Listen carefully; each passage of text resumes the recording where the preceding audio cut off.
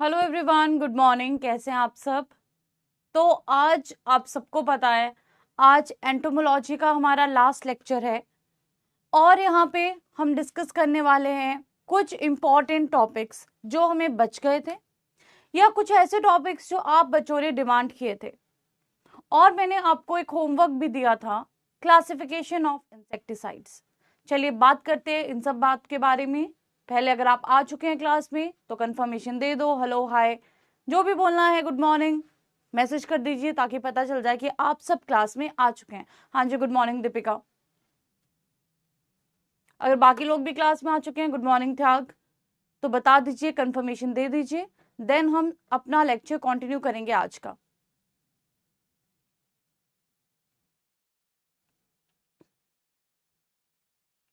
हाँ जी, बाकी लोग आ गए सब क्लास में?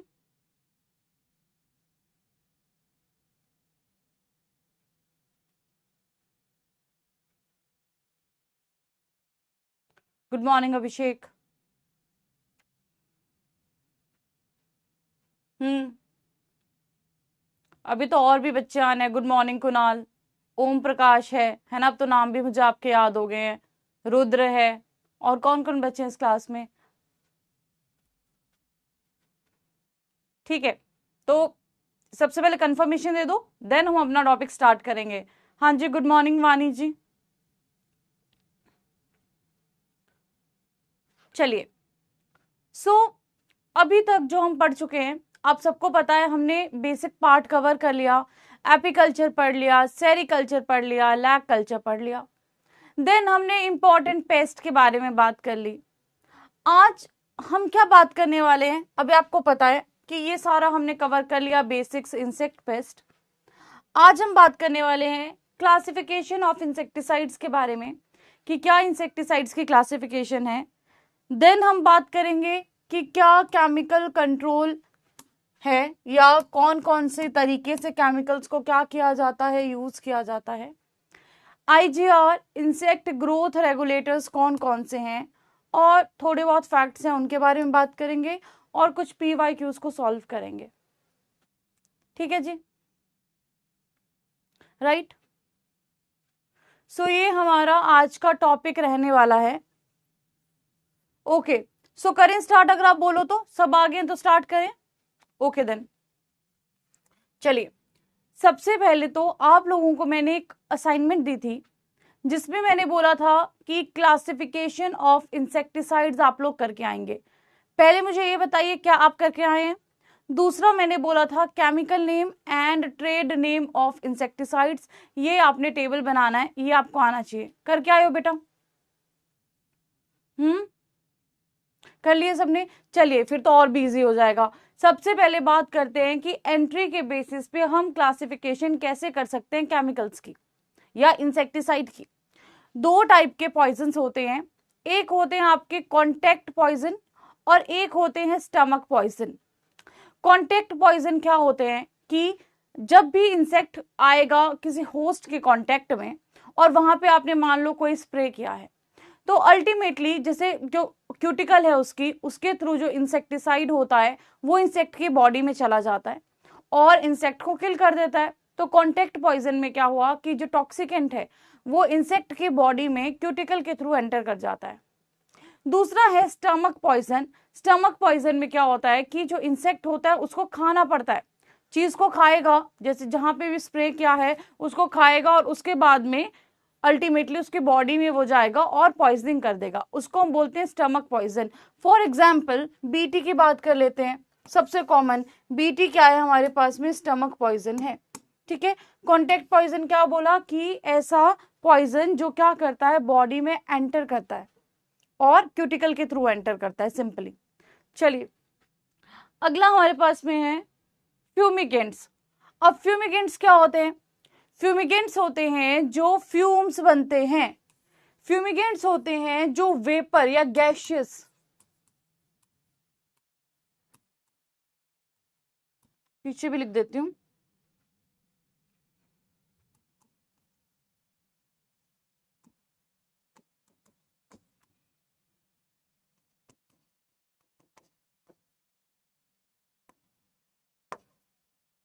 चलिए, अगला है हमारे पास में फ्यूमिगेंट्स। अब ये फ्यूमिगेंट्स क्या होते हैं? फ्यूमिगेंट्स होते हैं ऐसे केमिकल्स जो गैशियस फॉर्म में कन्वर्ट हो जाते हैं या जो फ्यूम्स बनाते हैं। तो फ्यूमिगेंट्स बेसिकली ये पॉइजन्स एंटर करते हैं इंसेक्ट बॉडी में, किस फॉर्म में? गैशियस फॉर्म में, चाहे वो स्पेरिकल्स की थ्रू एंटर कर रहा है, और अल्टीमेटली जो रेस्पिरेटरी फंक्शंस हैं उनको क्या करते हैं? डिसरप्ट करते हैं। फॉर एग्जाम्पल सेल्फॉस आप सबने सुना होगा, एल्यूमिनियम फॉस्फाइड, जिसकी टैबलेट सेल्फास के नाम से आती है। सल्फास, जिसको सेल्फॉस भी बोलते हैं, और इसको हमें बहुत ध्यान से बच्चों से बिल्कुल दूर रखना चाहिए। सेल्फॉस की टैबलेट्स आती हैं और ये इतना खतरनाक होता है कि कोई इसको गलती से अगर पूरी टैबलेट को खा ले तो 1 से 2 घंटे के अंदर उसकी डेथ हो जाती है, ह्यूमन की। ठीक है, और अगर इतनी सी भी मात्रा में खाओगे ना तो तब भी ये लिथल होता है, तब भी इससे डेथ हो जाती है।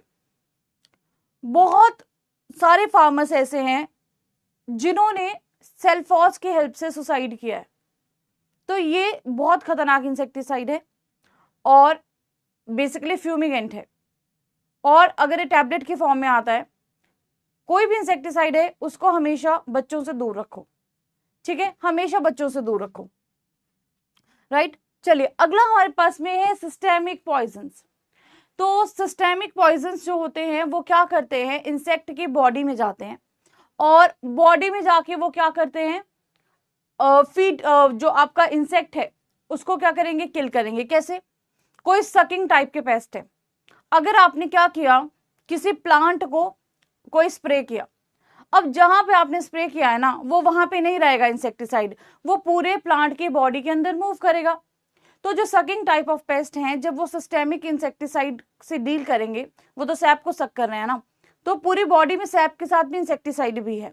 तो अल्टीमेटली जो सकिंग टाइप ऑफ पेस्ट होते हैं उनके लिए सिस्टेमिक जो पॉइजन्स होते हैं वो सबसे ज्यादा इफेक्टिव होते हैं।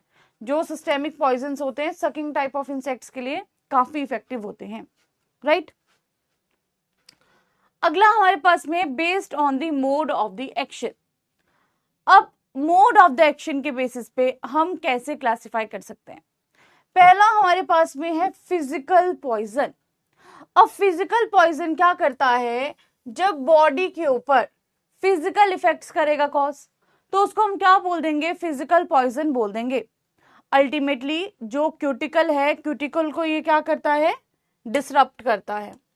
अल्टीमेटली यहां तक रखो, अल्टीमेटली ये क्या करता है? क्यूटिकल को क्या करता है? डिसरप्ट करता है। दूसरा हम लोगों के पास में है प्रोटोप्लाज्मिक पॉइजन्स। अब प्रोटोप्लाज्मिक किस पे काम करेगा? इंसेक्ट के प्रोटोप्लाज्म पे काम करेगा। अगला है रेस्पिरेटरी पॉइजन्स, जो रेस्पिरेशन को इनहिबिट करेंगे उनको हम रेस्पिरेटरी पॉइजन्स में डाल देते हैं। कुछ होते हैं नर्व पॉइजन्स, जो नर्वस सिस्टम पे एक्ट करते हैं, उनको हम नर्व पॉइजन्स बोल देते हैं। एग्जाम्पल्स देख लेना सारे। अगला है based on the chemical nature. Chemical nature के बेसिस पे इनऑर्गेनिक हो सकते हैं, सिंथेटिक ऑर्गेनिक हो सकते हैं। इनऑर्गेनिक की हम बात करते हैं तो जो मिनरल ऑरिजिन से डिराइव किए हैं वो आपके इनऑर्गेनिक में आ जाएंगे। सिंथेटिक ऑरिजिन की बात करते हैं तो उसमें अलग अलग क्लासेस हैं, जैसे कि सबसे पहले है क्लोरीनेटेड हाइड्रोकार्बन, तो जिसमें क्लोरीन है, हाइड्रोजन है, कार्बन है, और कई बार ऑक्सीजन भी देखने को मिलती है। ये आपके स्टमक पॉइजन में भी आते हैं और कॉन्टैक्ट पॉइजन में भी आते हैं, दोनों टाइप से एक्ट करते हैं। अगला हमारे पास में है क्लोरीनेटेड हाइड्रोकार्बन्स। एग्जांपल्स देख लेना सारे, है ना। डीडीटी जो बैंड है आप सबको पता है। चलिए अगला हमारे पास में है डीडीटी के बारे में ही फैक्ट कि सबसे पहले सिंथेसाइज किया था जिडलर ने 1874 में, और इसकी जो इंसेक्टिसाइडल प्रॉपर्टीज थी वो पॉल मुलर ने डिस्कवर की थी 1939 में, जिसके लिए मुलर को नोबेल प्राइज मिला था। लिख लीजिए, ठीक है, ये पॉइंट्स लिख लीजिए, डायरेक्ट फैक्ट्स हैं।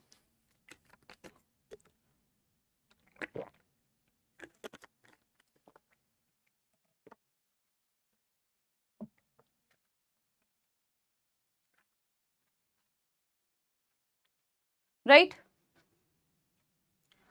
अगला हमारे पास है ऑर्गेनोफॉस्फेट्स। तो ऑर्गेनोफॉस्फेट्स में फास्फोरस पाया जाता है। इसकी इंसेक्टिसाइडल प्रॉपर्टी श्रेडर ने 1942 में बताई थी। ठीक है, एग्जांपल्स देख लेना, मोनोक्रोटोफॉस हो गया, मेलाथियोन हो गया, क्लोरोपाइरिफॉस हो गया। अब मेलाथियोन क्या है? One of the safest fungicide है वेजिटेबल्स के लिए। मेलाथियोन क्या है? One of the safest fungicide है वेजिटेबल के लिए। डाइक्लोरोवॉस जो कि नुवान के नाम से भी आता है, इसमें फ्यूमिगेंट एक्शन होता है।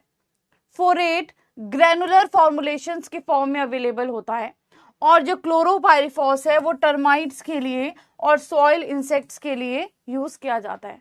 तो ये सारे, एक तो क्लासिफिकेशन तो है ही है, लेकिन डायरेक्ट फैक्ट्स भी मैंने इसमें डाल दिए हैं ताकि आप इनको इजिली याद रख सको। ठीक है, तो आई होप आपने भी क्लासिफिकेशन कवर की होगी, और जो आपने कवर किया है उसको थोड़ा सा एक्स्ट्रा या डिस्क्राइब्ड फॉर्म में मैं कवर कर रही हूँ। तो आप लोग जो जो आपने नहीं पढ़ा है वो इंपॉर्टेंट पॉइंट्स यहाँ से नोट कर सकते हैं और पढ़ सकते हैं। ठीक है जी, सबके लिए। चलिए नेक्स्ट हमारे पास में कार्बामेट्स। तो कार्बामेट्स जो आपके हैं बेसिकली सिंथेटिक डेरिवेटिव्स हैं एसिडीन के, और प्रिंसिपल जो एल्केलॉइड इसमें पाया जाता है वो कैलाबार बीन से पाया जाता है। ठीक है, एग्जाम्पल की बात करें जैसे कि कार्बेरिल हो गया, कार्बोफ्यूरॉन हो गया। ठीक है, और कार्बोफ्यूरॉन जो हो गया उसको हम निमेटिसाइड भी यूज करते हैं। एल्डी कार्ब जो है टेमिक बोला जाता है उसको। ठीक है, तो ये कुछ एग्जाम्पल्स दे गए हैं। अगला हमारे पास में है सिंथेटिक पायरेथ्रॉइड्स। तो जैसा कि आप सबको पता है, हमने बोटेनिकल क्लासिफिकेशन में पढ़ा था कि जो पायरेथ्रिन्स होते हैं या पायरेथ्रॉइड्स होते हैं नेचुरल होते हैं, लेकिन कुछ ऐसे हैं जो आपके सिंथेटिक भी हम बनाते हैं। तो सिंथेटिक जो हम बनाते हैं वो बेसिकली फोटो स्टेबिलिटी के लिए बनाते हैं कि वो डिग्रेड ना हो, क्योंकि हमने पढ़ा था बोटेनिकल्स में भी कि ये डिग्रेड इजीली हो जाता है। तो यहाँ पे जो हम सिंथेटिक वाला बनाएंगे वो फोटो स्टेबिलिटी को एनहेंस करने के लिए बनाते हैं, और ये कॉन्टेक्ट पॉइजन एक्ट करते हैं। ठीक है, ये क्या करते हैं? कॉन्टेक्ट पॉइजन इनहिबिट करते हैं। मोड ऑफ एक्शन यहाँ पे दे दिए, नर्वस सिस्टम पे एक्ट करते हैं। एग्जाम्पल क्या है? एलेथ्रिन। याद रखना ये जो एलेथ्रिन है ये फर्स्ट सिंथेटिक पायरेथ्रॉइड है। जो एलेथ्रिन है ये फर्स्ट सिंथेटिक पायरेथ्रॉइड है और डेवलप हुआ था 1949 में। फर्स्ट सॉइल एक्टिव पायरेथ्रॉइड की बात करें तो टेफ्लुथ्रिन है। ठीक है, फर्स्ट नॉन एस्टर पायरेथ्रॉइड की बात करें तो फेनरावेट है। एंड परमेथ्रिन की बात करें ये पहला फोटोस्टेबल पायरेथ्रॉइड है। ठीक है जी, किए थे आपने सबने ये वाले पॉइंट्स नोट किया? पहले बताओ, पढ़ के आए हो ना सब लोग? बोर्ड में पढ़ के आए हैं, किए थे ये पॉइंट्स नोट? बताइए, यस नो कुछ तो बोल दो भाई, किए हैं नोट या नहीं किए हैं? यस या नो कुछ तो बोलो, मुझे कैसे पता चलेगा अदरवाइज कि पढ़ा है नहीं पढ़ा है, बताते ही नहीं हो कुछ भी। चलिए नहीं किए तो फटाफट से नोट कर लो, फिर आगे बात करते हैं, है ना। आज सिलेबस खत्म भी करना है हमें, तो थोड़ा सा जल्दी नोट करना, बाकी पीडीएफ तो आपको मिल ही जाएगा।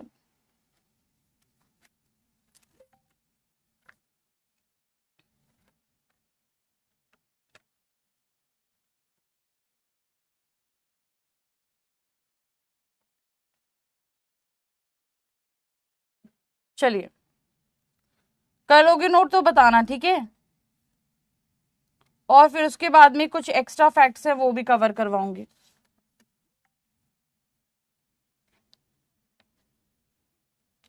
चलिए अगला हमारे पास में है न्यू क्लास ऑफ पायरेथ्रॉइड्स। तो न्यू क्लास ऑफ पायरेथ्रॉइड्स में क्या है? Basically they have unique mode of action, require lower application dose and safer to non target organism and non persistent in the environment.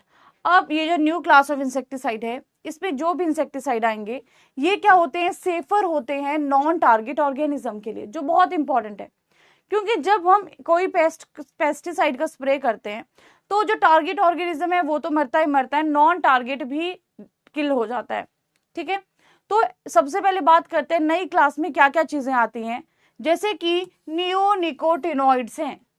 तो नियोनिकोटिनॉइड्स की अगर हम बात करते हैं तो ये सिंथेटिक एनालॉग्स हैं किसके? निकोटीन के। और ब्रॉड स्पेक्ट्रम है। ये सबसे इंपॉर्टेंट चीज क्या है, ब्रॉड स्पेक्ट्रम है, wide range of insecticide insects के लिए इफेक्टिव है। किस पे काम करते हैं, सेंट्रल नर्वस सिस्टम पे काम करते हैं। और इफेक्टिव किसके अगेंस्ट है, सकिंग इंसेक्ट पेस्ट के लिए इफेक्टिव हैं। इनको सॉइल फोलियर या सीड ट्रीटमेंट के लिए यूज किया जा सकता है। एग्जाम्पल्स की बात करें, इमीडाक्लोप्रिड है, एसिटामिप्रिड है, थायामिथॉक्सम है। अगला हमारे पास में है फिनाइल पायराजोल्स। फिनाइल पायराजोल जो है वो भी आपका ब्रॉड स्पेक्ट्रम इंसेक्टिसाइड है और इसको बेसिकली फोलियर स्प्रे भी किया जाता है एंड सॉइल एप्लीकेशन भी की जाती है, जैसे कि फिप्रोनिल है। पायरिडिन की बात करते हैं, ये क्या करता है, सकिंग पेस्ट को पेनिट्रेट नहीं होने देता है, जैसे कि पाइमेट्रोजिन है। अगला हमारे पास में है ऑक्साडाइजिन ग्रुप। ऑक्साडाइजिन ग्रुप आपका लेपिडोप्टेरन पेस्ट के लिए स्पेसिफिक है, इंपॉर्टेंट है। और एग्जाम्पल आता है इंडोक्साकार्प। तो ये हमारे पास में, मैं आपको इसका पीडीएफ दे दूंगी, डायरेक्ट पॉइंटर्स हैं, इनको जरूर पढ़ लेना, ठीक है जी। कोई नोट कर रहा है तो बता दो मुझे, अगर पॉइंट पॉइंट नोट कर रहे हो तब तो अभी हो जाएगा, पूरी पूरी लाइन नोट करोगे तो इस टाइम पे नोट नहीं होगा, है ना। तो पीडीएफ आपको दे दूंगी, वहां से पूरी लाइंस नोट कर सकते हो।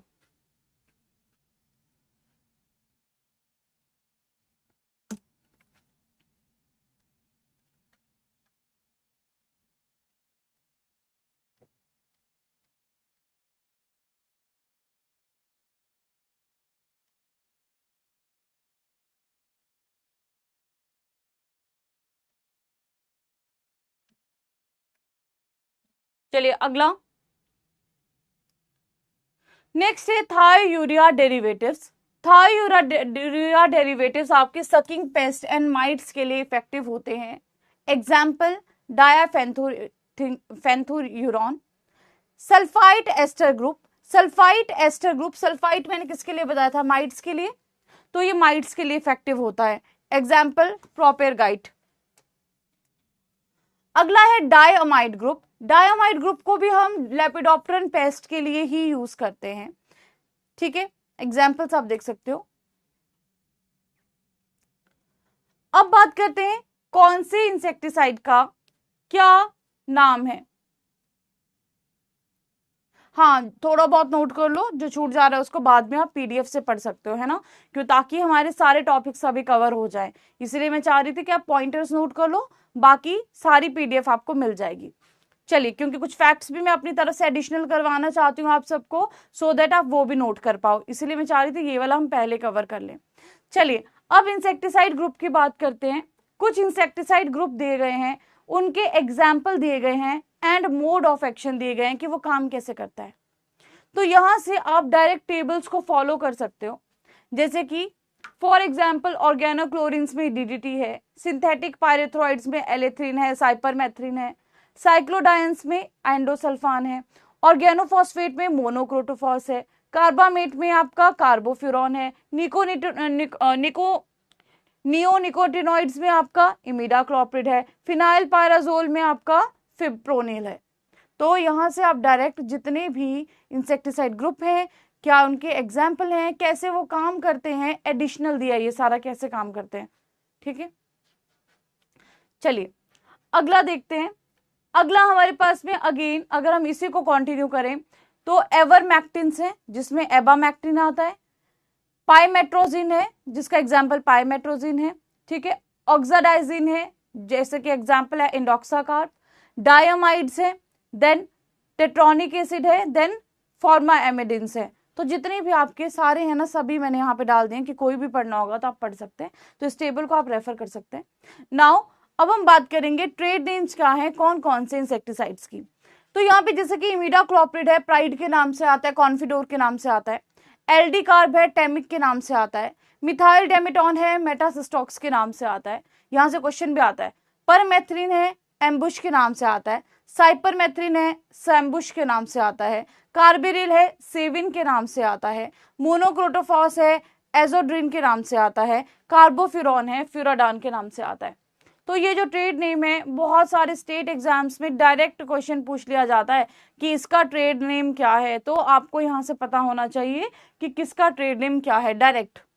ठीक है, आगे बात करते हैं। यहाँ पे देखो फोरेट का थिमिट है, डाइमिथोएट का रोजर है, एंडोसल्फान का थायोडान है, क्लोरोपायरिफॉस का डर्सबान है, क्विनाल्फोस का एकोलक्स है। ये आपने लिखे भी होंगे, लिखे हैं सबने? बताओ भाई, किए हैं सबने ट्रेड नेम वाली असाइनमेंट? बताओ बताओ जल्दी से, किया है सबने असाइनमेंट ट्रेड नेम का बेटा?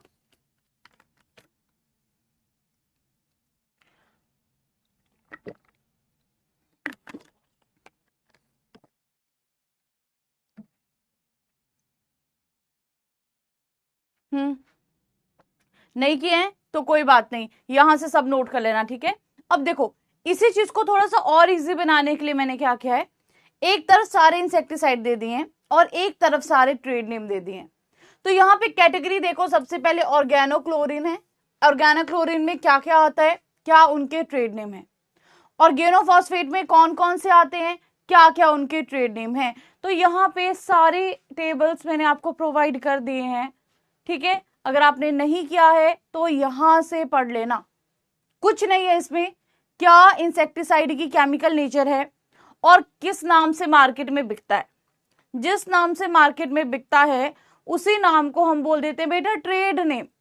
तो यहाँ पे जो केमिकल इंसेक्टिसाइड्स हैं उनके नाम और किस नाम से मार्केट में आता है वो नाम दिए गए हैं। एक ये टेबल है इसका, एक यहाँ पे ये टेबल है। अब इतना तो आप पढ़ ही सकते हो खुद से, है ना, कुछ नहीं है, सिर्फ केमिकल का जो हमने क्लासिफिकेशन पढ़ा ना वही क्लासिफिकेशन है, उसके अंडर कुछ एग्जाम्पल्स हैं और वो एग्जाम्पल मार्केट में किस नाम से बिकते हैं उसका ये समराइज टेबल है। ठीक है, तो आप इस टेबल को रेफर कर सकते हैं। ठीक है, सारे इंपॉर्टेंट वंस तो आप पढ़ ही लेना, कॉमन वाले। ठीक है, यहाँ पे भी आप देख सकते हैं सारे के सारे आपके जितने भी इंसेक्टिसाइड हैं, जो भी ट्रेड नेम है सारा यहाँ पे दे दिया गया है। ठीक है, ये वाला भी जितने भी ट्रेड नेम है सब कुछ यहाँ पे दिया गया है, सब कुछ मेंशन किया गया है। राइट, तो ये सारे के सारे ट्रेड नेम है ताकि आपको इन ट्रेड नेम के लिए इधर उधर ना भटकना पड़े। अब मुझे नहीं बोलना है कि मैम ट्रेड नेम का अलग से टेबल बनवा दो, सारा टेबल आपको दे दिया है। अदरवाइज क्या होता है, किसी बुक में आप पढ़ते हो कुछ लिमिटेड से ट्रेड नेम है, जैसे मैं आपको स्टार्टिंग में बताया, मैंने आपको जितने भी इंपॉर्टेंट वंस थे वो सारे इकट्ठे करके क्लब करके पकड़ा दिए हैं। कुछ इंसेक्टिसाइड आपके ऐसे भी हैं जो कि आपके कुछ फंगस होते हैं जो यूज किए जाते हैं, जो आपके बायोलॉजिकल एजेंट्स होते हैं, वो भी यहाँ पे आपको मिलेंगे। जैसे कि यहाँ पे देखना, वर्टिसिलियम लेकानी वर्टिलेक के नाम से आता है, ब्यूवेरिया बेसियाना बोवेरिन के नाम से आता है, लार्वोसिल के नाम से आता है, एनपीवी एलकार के नाम से आता है, मेटराइजम एनोसप्लाई। ठीक है, ये आप देख लेना, एक बार देख लो फिर आगे बात करते हैं। राइट,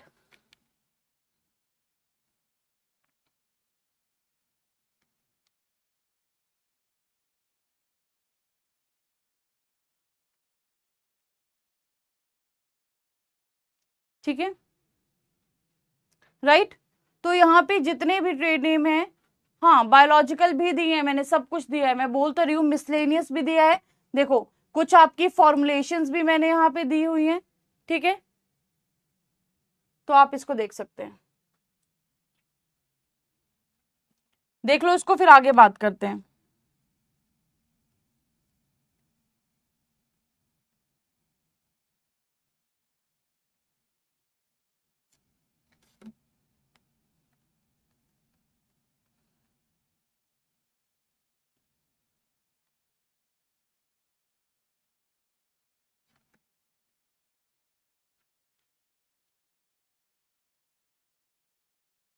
ये वाला जो है ना बायोबिट, ये कुर्स्ताकी वाला है ना, यहीं पे लिख दो इसको, बायोबिट वाले को, बीटी कुर्स्ताकी है ये। ठीक है, इसको यहां से हटा दो, ये चीजें चेक कर लेना बीच बीच में, है ना, मुझे दिख गया एकदम से, एक बार दोबारा चेक कर लेती हूँ कहीं पे और तो नहीं है ये सेम चीज। चलिए देखो, सबसे पहले तो डाइकोफोल कैल्थेन एंडोसल्फान थायोडान, ठीक है, ये भी सही है। अगला हमारे पास में है कार्बामेट्स, यहाँ पे, ठीक है जी, ये भी सही है। देन हमारे पास में ये है, ठीक है जी, ये भी सही है। देन अच्छा ठीक है, ये फ्यूमिगेंट की कैटेगरी है, जस्ट अ मिनट, ये आपकी फ्यूमिगेंट की कैटेगरी है और फ्यूमिगेंट में एल्यूमिनियम सल्फाइड दिया गया है। ठीक है, इसको मैं हाईलाइट कर देती हूँ ताकि आपको समझ में आए कि हमने किया क्या है। चलिए ठीक है, तो ये भी अगेन हमारे पास में अगली कैटेगरी है। ठीक है, ओके, देख लेना है ऐसी चीजें। ठीक है जी, अगला भी ठीक है, देन ये भी सही है। ठीक है, पायरोल ये यहाँ पे कैटेगरी। ठीक है जी, देन ये कैटेगरी यहाँ पे है। ठीक है, इतना तो आप समझ ही जाओगे, जिसके आगे नहीं लिखा है वो कैटेगरी है, और मैंने हाईलाइट तो किया ही है साथ में। ठीक है, एक ये भी है बायोपेस्टिसाइड, ये भी कैटेगरी में आ जाएगा। एंड ठीक है जी, राइट, अब तो क्लियर हो गया, अब तो क्लियर हो गया है ना। नाउ अब देखो सारा टेबल दे दिया है और सब कुछ प्रोवाइड कर दिया है, अब पढ़ लेना है ना, कहीं से भी क्वेश्चन आ जाता है ट्रेड नेम वगैरह से। और ऐसा नहीं है सिर्फ IBPS AFO में ही इंपॉर्टेंट है, आपके बाकी के एग्जाम्स में भी इंपॉर्टेंट है। और आपको पता है आजकल इतने नए नए इंसेक्टिसाइड्स आ गए हैं कि पुराने तो पूछते ही हैं लेकिन नए भी पूछे जाते हैं, इसीलिए सारे A to Z मैंने पूरी लिस्ट प्रोवाइड करवा दी है। ठीक है, चलिए अगला है इंसेक्ट ग्रोथ रेगुलेटर्स। तो जैसा कि किसने बोला था ये टॉपिक, मुझे अक्षय ने बोला था। और इंसेक्ट ग्रोथ रेगुलेटर्स वैसे तो मैंने आपको समझाया था जिस टाइम पे पढ़ाया था, लेकिन जस्ट बिकॉज आपने बोला इसलिए मैंने इसकी थ्योरी यहाँ पे रख दी है। तो क्या है insect growth regulators? They are the chemicals इधर नेचुरल या synthetic that regulate the growth and development of insect. ठीक है, कि इंसेक्ट ग्रोथ रेगुलेटर्स क्या है? ऐसे केमिकल्स हैं जो कि इंसेक्ट की डेवलपमेंट या ग्रोथ को रेगुलेट करते हैं। Brain hormone, juvenile hormone, moulting hormone, ये तीनों ही आपके इंसेक्ट ग्रोथ में इंपॉर्टेंट रोल प्ले करते हैं। कौन कौन से? ब्रेन हार्मोन हो गया, जुवेनाइल हार्मोन हो गया एंड मोल्टिंग हार्मोन हो गया। ये तीनों ही इंसेक्ट में डेवलपमेंट में इंपॉर्टेंट रोल क्या करते हैं? प्ले करते हैं ग्रोथ में, राइट। नाउ ब्रेन हार्मोन की बात करते हैं। ब्रेन हार्मोन को हम एक्टिवेशन हार्मोन भी बोलते हैं। इसको कौन सिक्रीट करता है? न्यूरो सिक्रेटरी सेल्स सिक्रीट करते हैं। और ये किसको स्टिमुलेट करता है? प्रोथोरेसिक ग्लैंड्स को स्टिमुलेट करता है। तो ब्रेन हार्मोन को एक्टिवेशन हार्मोन भी बोला जाता है। कौन इसको सिक्रीट करता है? Neuro secretory cells. और ये किसको स्टिमुलेट करता है? अल्टीमेटली प्रोथोरेसिक ग्लैंड को ये स्टिमुलेट करता है। दूसरा हमारे पास में मोल्टिंग हार्मोन, और इसी को बोला जाता है एक्डाइसोन। तो जो मोल्टिंग हार्मोन होता है इसको हम क्या बोलते हैं? एक्डाइसोन। और ये आपकी जो प्रोथोरेसिक ग्लैंड्स हैं वो एक स्टेरॉइड बनाती है जिसको हम क्या बोल देते हैं? एक्डाइसोन बोल देते हैं। और इसकी जो एक्टिव फॉर्म है दैट इज 2-हाइड्रोक्सी एक्डाइसोन। ठीक है, 20-हाइड्रोक्सी ecdysone which initiates the moulting process, जो क्या करता है? मोल्टिंग प्रोसेस को शुरू करता है। और कोलेस्ट्रॉल जो है वो एक्डाइसोन का क्या है? प्रिकर्सर है, उससे पहले बनता है जो कोलेस्ट्रॉल बनता है, उसके बाद में आपका एक्डाइसोन बनता है। देन हमारे पास में जुवेनाइल हार्मोन। जुवेनाइल हार्मोन क्या है? टर्पिनॉइड है, जबकि मोल्टिंग हार्मोन क्या था? स्टेरॉइड था। और इसको कौन सिक्रीट करता है? कॉर्पोरा एरेटा इसको सिक्रीट करता है। अगर जुवेनाइल हार्मोन की कंसंट्रेशन ज्यादा हो गई तो लार्वल क्यूटिकल बनेगा, और अगर लो कंसंट्रेशन होगी तो हमारे पास में प्यूपा क्यूटिकल बनेगा, और अगर एब्सेंस होगी तो अडल्ट क्यूटिकल बनेगा। लो जी, ठीक है, लिख लो ये पॉइंट, फटाफट से लिख लीजिए।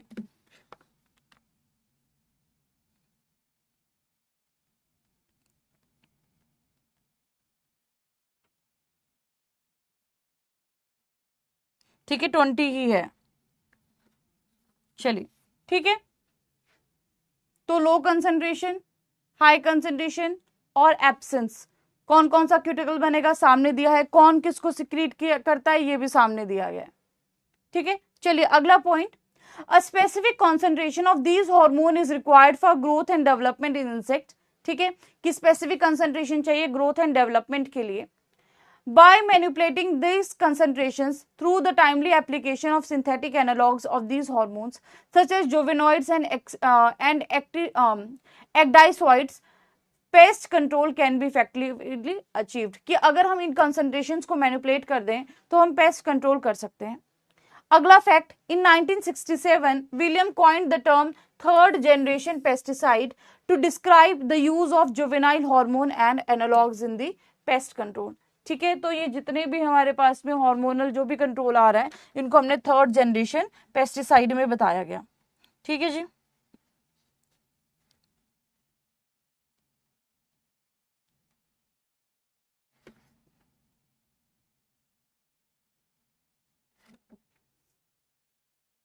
राइट। टर्पेनॉइड, टर्पेनॉइड मतलब कि केमिकल स्ट्रक्चर कैसा है उसका, है ना, कार्बन प्रेजेंट होते हैं, तो केमिकल स्ट्रक्चर की बात की है उन्होंने, 5 कार्बन होता है। चलिए अगला हमारे पास में है इंसेक्टिसाइड एक्ट। अब इंसेक्टिसाइड एक्ट से रिलेटेड कुछ चीजों की बात कर लेते हैं। आप सबको पता है कि the government of India enacted the insecticide act on 2 सितंबर 1968। 1968 में जो गवर्नमेंट ऑफ इंडिया है उन्होंने हमें कौन सा एक्ट दिया था, इंसेक्टिसाइड एक्ट दिया था, टू रेगुलेट, क्या क्या चीजें रेगुलेट करने के लिए कि अगर कुछ चीज बाहर से आ रही है, इंपोर्ट हो रही है या बन रही है, मैन्युफैक्चर हो रही है या बेच रहे हो, सेल हो रही है, एक जगह से दूसरी जगह जा रही है, ट्रांसपोर्ट हो रही है या डिस्ट्रीब्यूट हो रही है, या यूज कैसे हो रहा है इंसेक्टिसाइड का, ये बेसिकली आपका इंसेक्टिसाइड एक्ट के अंदर आता है। इसके जो लेजिस्लेशन है वो अगस्त 1971 में फोर्स में आई थी, और जो रूल्स थे वो भी सेम ईयर 1971 में आए थे। अब हमारे पास में जो भी आपके पास में पेस्टिसाइड है ना, उसके लिए 2 ऑर्गेनाइजेशंस रिस्पॉन्सिबल होती है।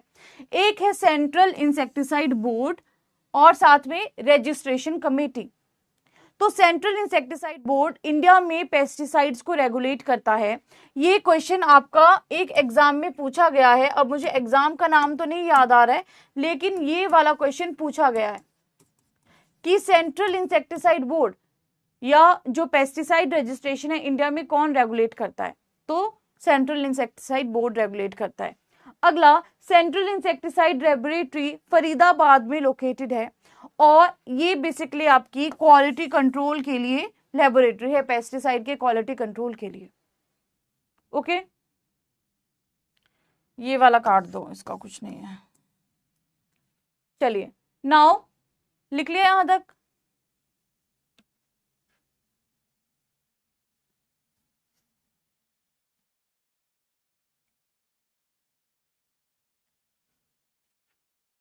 चलिए एक बिल भी आया था, पेस्टिसाइड मैनेजमेंट बिल, जो 2020 में आया था। ठीक है, चलो अगला हमारे पास में है ट्रैप क्रॉप। अब ट्रैप क्रॉप जो है हमारे पास में इंसेक्ट्स को ट्रैप करने के लिए अगर हम बात करें, वीड साइंस में जो ट्रैप क्रॉप होती है वो नॉन होस्ट क्रॉप होती है। यहाँ पे हम क्या करेंगे, बेसिकली जो ट्रैप क्रॉप होती है वो बेसिकली सेंसिटिव क्रॉप्स होती हैं जो पेस्ट को अट्रैक्ट करती हैं ताकि वो मेन क्रॉप पे ना आए। तो यहाँ पे फर्स्ट ऑफ ऑल हमारे पास में है कॉटन बॉलवर्म जिसके लिए ट्रैप क्रॉप है ओकरा, डायमंड बैक मॉथ जिसके लिए है मस्टर्ड, टोबैको कटवर्म जिसके लिए है कैस्टर, और टोमेटो फ्रूट बोरर जिसके लिए है मैरीगोल्ड। तो डायरेक्ट आपसे क्वेश्चन कई बार पूछ लिया जाता है कि इस पर्टिकुलर पेस्ट के लिए ट्रैप क्रॉप का नाम बताइए। यहाँ पे सारी ट्रैप क्रॉप जितनी भी हैं सब दे दी गई हैं, तो इसको जरूर जरूर पढ़ लेना। अगला है yellow sticky traps. Yellow sticky traps mainly white fly के लिए यूज किए जाते हैं, लेकिन उसके अलावा जो सकिंग पेस्ट हैं उनके लिए भी यूज किए जाते हैं। एफिड्स हैं, थ्रिप्स हैं जो येलो कलर को प्रेफर करते हैं।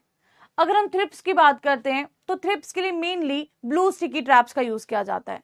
स्टिकी ट्रैप जो है वो सकिंग पेस्ट के लिए यूज किए जाते हैं, और उसमें से येलो वाले जो है वो व्हाइट फ्लाई एंड एफिड्स के लिए यूज किए जाते हैं, और थ्रिप्स के लिए वैसे ब्लू यूज किया जाता है। येलो भी करते हैं लेकिन जो मेन है वो ब्लू है जिसमें मास ट्रैपिंग होती है।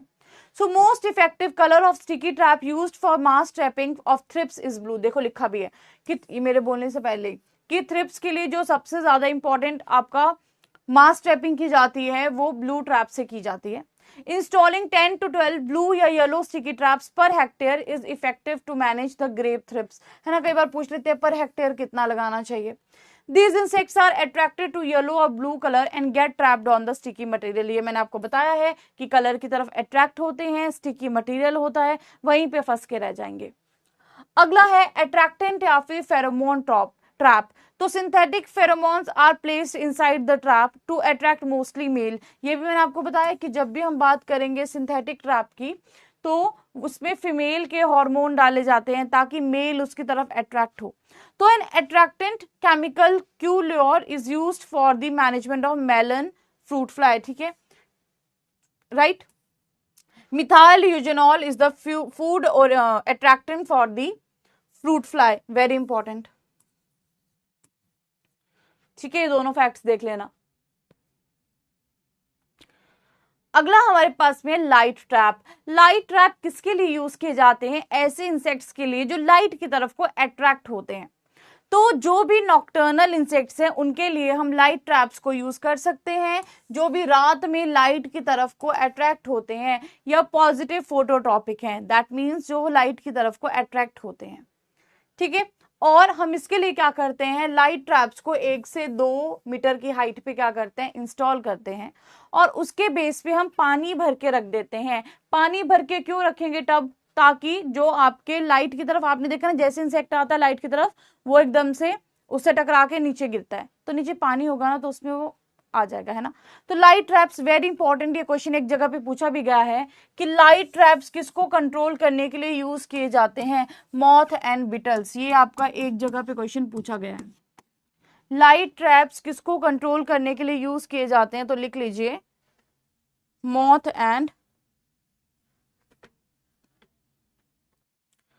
And Beatles. ठीक है, अगला आपके पास में फेरोमोन ट्रैप। फेरोमोन ट्रैप जो होते हैं बेसिकली, जैसे हमने बताया, स्टोरेज पेस्ट में भी इनका यूज किया जा सकता है। ठीक है, जहां पे भी आपके जैसे कि सिटोफिलिस ओराइजे है, ट्राइबोलियम कैस्टेनियम है ना, ट्रोगोडर्मा ग्रेनेरियम है। अगला fact, insect growth regulators are the compound which interfere with the insect growth and development. ठीक है, and these are the synthetic analogues of the hormone ecdysoids and juvenoids and chitin synthesis inhibitors. ठीक है, हमने discuss कर लिया। Insect growth regulator affect insect mainly by disturbing the normal activity of insect endocrine system. की जो endocrine system में अभी पढ़ा ना हमने कि ग्लैंड्स का काम है, तो ये क्या करता है, उनको डिस्टर्ब करता है जब हम सिंथेटिक वाला यूज करेंगे। अगला है जुवेनाइल हार्मोन मिमिक्स। कुछ हमारे पास में क्या होते हैं ना, जुवेनॉइड्स भी होते हैं, यानी कि कुछ केमिकल्स ऐसे हैं जो क्या करते हैं, किसी चीज को मिमिक करते हैं। For example, juvenile hormone is secreted by corpora allata and acts as gonadotrophic hormone in adult insects. ठीक है, तो जो जुवेनाइल हार्मोन है वो हमने अभी पढ़ा, फैक्ट्स पढ़ रहे हम कि कॉर्पोरा एलेटा सिक्रीट करता है और मेन हार्मोन है। और इसके बारे में जो पहली बार है वो रिपोर्ट किया था सीएम विलियम्स ने। ठीक है, कि इंसेक्ट मैनेजमेंट में इसका रोल कैसे होता है, उसके बारे में किसने रिपोर्ट किया था? सीएम विलियम ने, कि कैसे हम जुवेनाइल हार्मोन्स को इंसेक्ट मैनेजमेंट में यूज कर सकते हैं। तो जो हार्मोन हम सिंथेटिक बना रहे हैं इंसेक्ट मैनेजमेंट के लिए, उसको हम बोलते हैं जुवेनॉइड्स। तो जुवेनॉइड्स क्या होते हैं? सिंथेटिक केमिकल्स होते हैं जो क्या करते हैं, जुवेनाइल हार्मोन को कॉपी करते हैं। मिमिक्री नहीं सुना है? मिमिक्री नहीं सुना आपने आज तक? कि क्या करते हैं, कोई किसी को मिमिक करता है, उसको कॉपी करता है ना, एक्टिंग करते हैं, मिमिक्री करते हैं, यानी कि किसी चीज को कॉपी कर रहे हैं।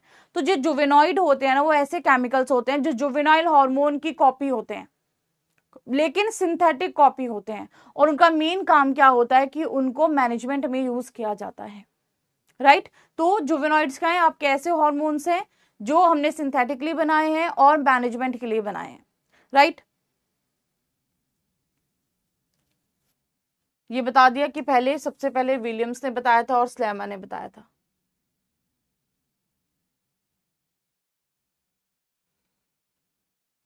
राइट, हो गया जी, यहां तक डन है। चलिए, अब कुछ फैक्ट्स हैं हमारे, दूसरा मिनट, 3 4 5 6, ठीक है। अब कुछ फैक्ट्स हैं हमारे जो मैं आपको करवा देती हूं।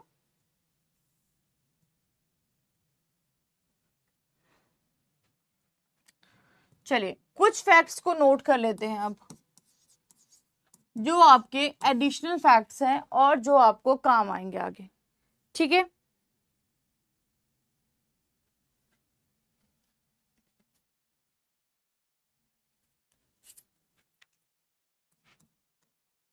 रिस्ट्रिक्टेड यूज के लिए जो पेस्टिसाइड्स हैं,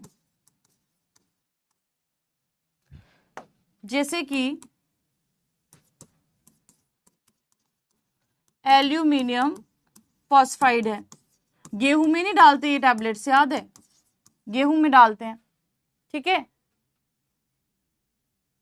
राइट। तो रिस्ट्रिक्टेड जो है हमारे पास में, जैसे कि एल्यूमिनियम फॉस्फाइड है, साइपरमेथ्रिन है,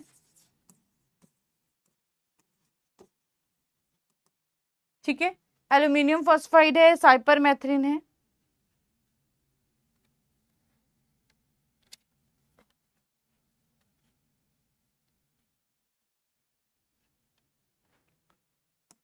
मिथाइल ब्रोमाइड है,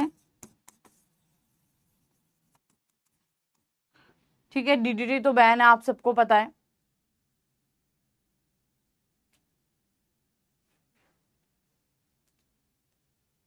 अगला, अगर कोई पेस्टिसाइड एक्सट्रीमली टॉक्सिक है तो उसका कलर क्या होता है, रेड होता है, ठीक है, लेबल में। अगर कोई पेस्टिसाइड एक्सट्रीमली टॉक्सिक है तो ब्राइट रेड होगा, ठीक है, पहला पॉइंट। एक्सट्रीमली टॉक्सिक अगर है तो कलर कैसा होगा, ब्राइट रेड होगा, ठीक है जी।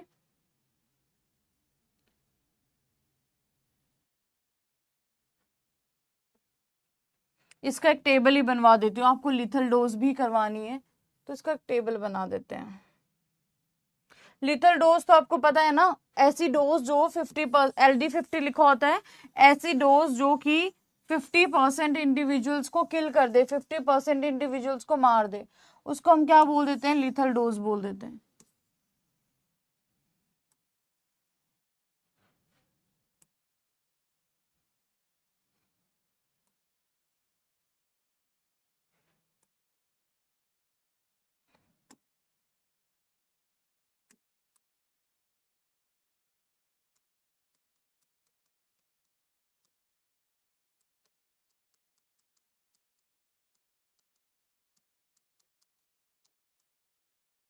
ठीक है, फर्स्ट है एक्सट्रीमली टॉक्सिक, जो क्या है, ब्राइट रेड कलर होता है, और सिंबल में क्या होता है देख लेना, स्कल एंड बोन्स, ठीक है, skull and bones, right. Fatal poison लिखा होता है या पॉइजन लिखा होता है रेड कलर में,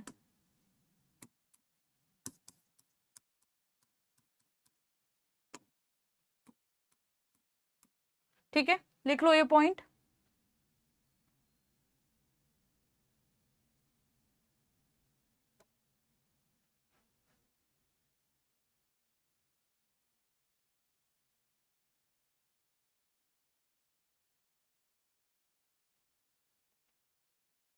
इसके लिए जो ओरल डोज है LD50 है ना, oral dose that is less than 50, that is less than 50।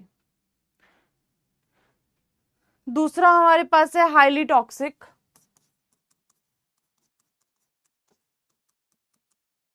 दूसरा हमारे पास में हाईली टॉक्सिक। तीसरा है मॉडरेटली टॉक्सिक,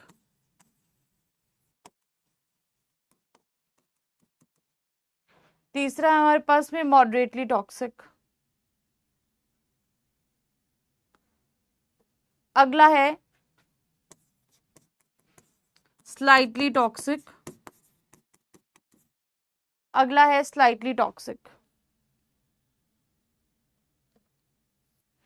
अगला है अनलाइकली हार्मफुल,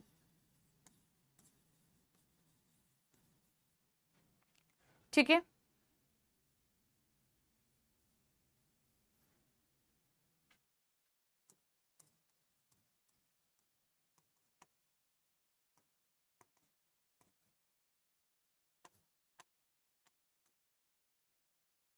ब्राइट है ये, ठीक है, bright yellow, bright blue, bright green,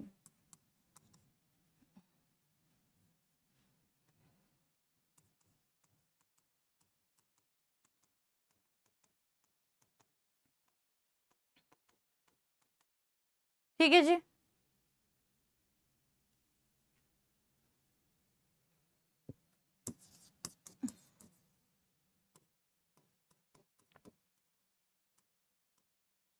एल्डिडोज भी लिख दी।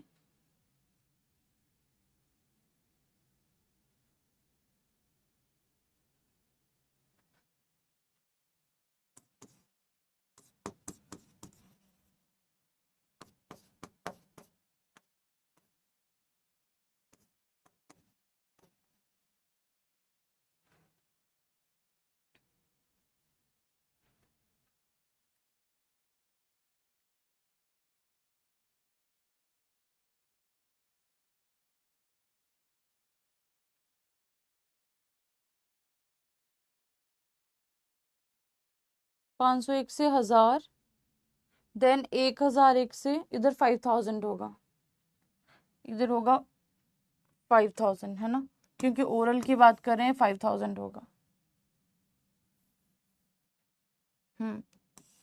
इधर 5000 तक होगा क्योंकि ओरल की बात कर रहे हैं ना, तो 5000 होगा।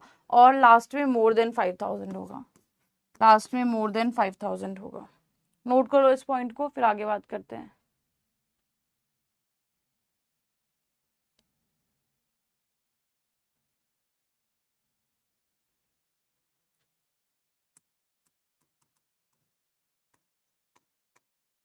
इसको देख लेना एक बार साइंस को, है ना, सर्च करना पेस्टिसाइड्स और किस किस पे कैसे कैसे साइन होते हैं, ये सारा देख लेना।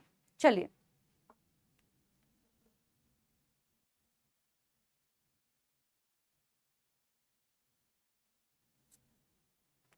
ठीक है, इधर फेटल पॉइजन लिखा होता है, इधर भी स्कल एंड बोन्स होती है लेकिन पॉइजन लिखा होता है। इसको एक बार चेक कर लेना, ठीक है, इधर सिर्फ पॉइजन लिखा होता है रेड में। चलो नोट कर लो, कर लोगे तो बताना, फिर आगे बात करते हैं, अगले फैक्ट्स को नोट करते हैं फटाफट से।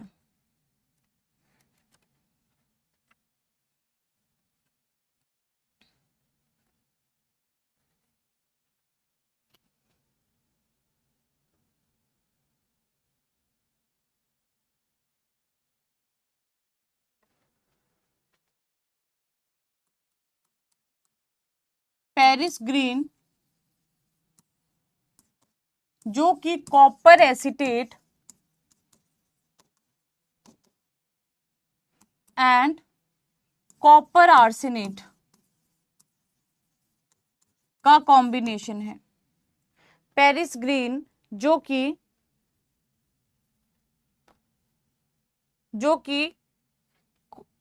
Copper acetate and copper arsenate का कॉम्बिनेशन है। 1867 में ये फर्स्ट आर्सेनल कंपाउंड था जिसको कोलोराडो पोटैटो बीटल के कंट्रोल के लिए यूज किया गया था। ठीक है,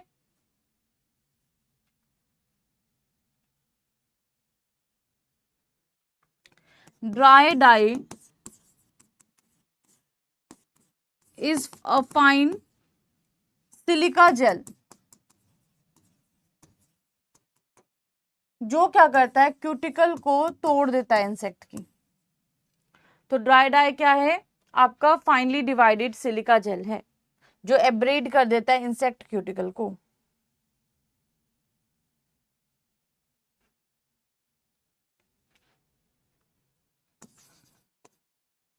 कोल्टर या कोलतार, इसको यूज किया जाता है for the control of grass hoppers.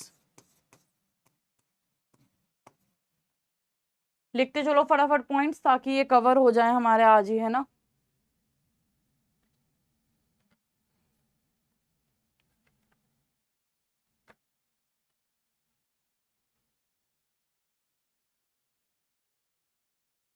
अजेडिरेक्टिन आपको मैंने बता दिया है।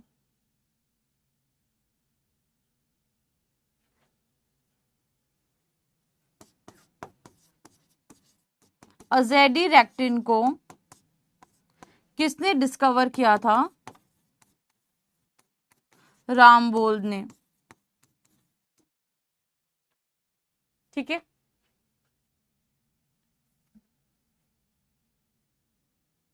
लिख लीजिए। नीम सीड कर्नल में ये 10 ग्राम पर केजी पाया जाता है। फटाफट से लिख लो, नीम सीड कर्नल में ये 10 ग्राम पर केजी पाया जाता है।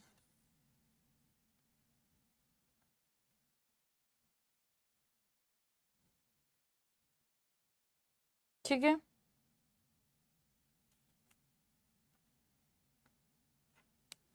डीडीटी का क्या मेन था, एक तो फुल फॉर्म, और दूसरा जब ये फूड साइकिल में जाता है तो बायोमैग्निफिकेशन इसमें पाई जाती है।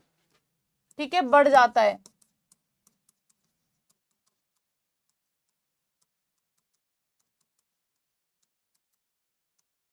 ठीक है, फुल फॉर्म देख लेना है इसकी, डीडीटी की। ठीक है,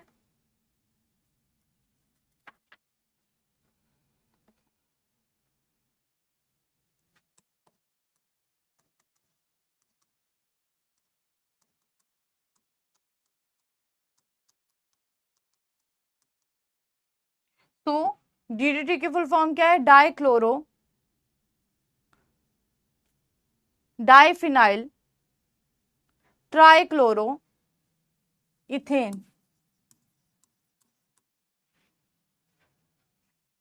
ठीक है, यहां तक नोट करो फटाफट से।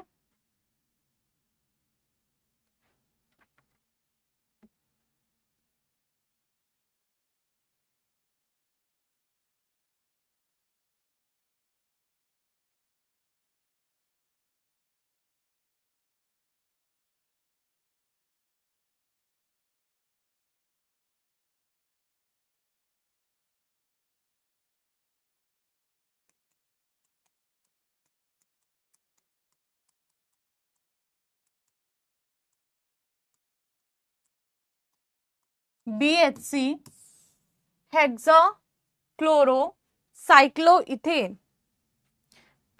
HCH भी जिसको बोल देते हैं, हेक्सा क्लोरो साइक्लोइथेन।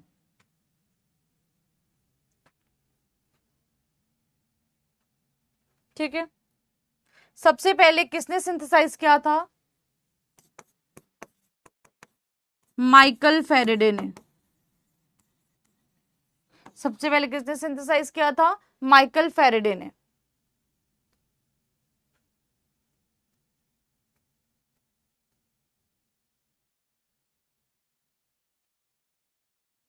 एग्जाम्पल जैसे कि लिंडेन है, जो कि क्या है, इसके अलग अलग आइसोमर्स है ना, तो लिंडेन क्या है, गामा आइसोमर है, जिसमें 99% BHC पाया जाता है, जिसमें 99% BHC पाया जाता है।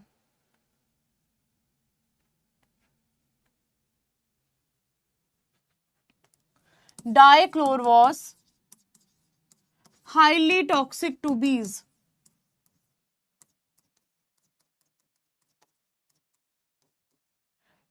फ्यूमिगेंट भी है और पेनिट्रेट भी करता है, तो it is highly toxic to bees. Dichlorvos highly toxic to बीज।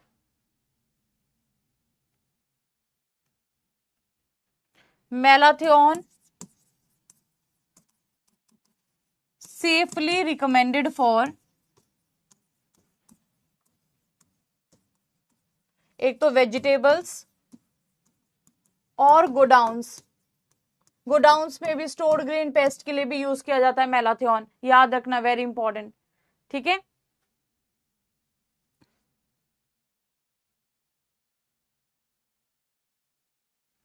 लिख लो फटाफट से इसको।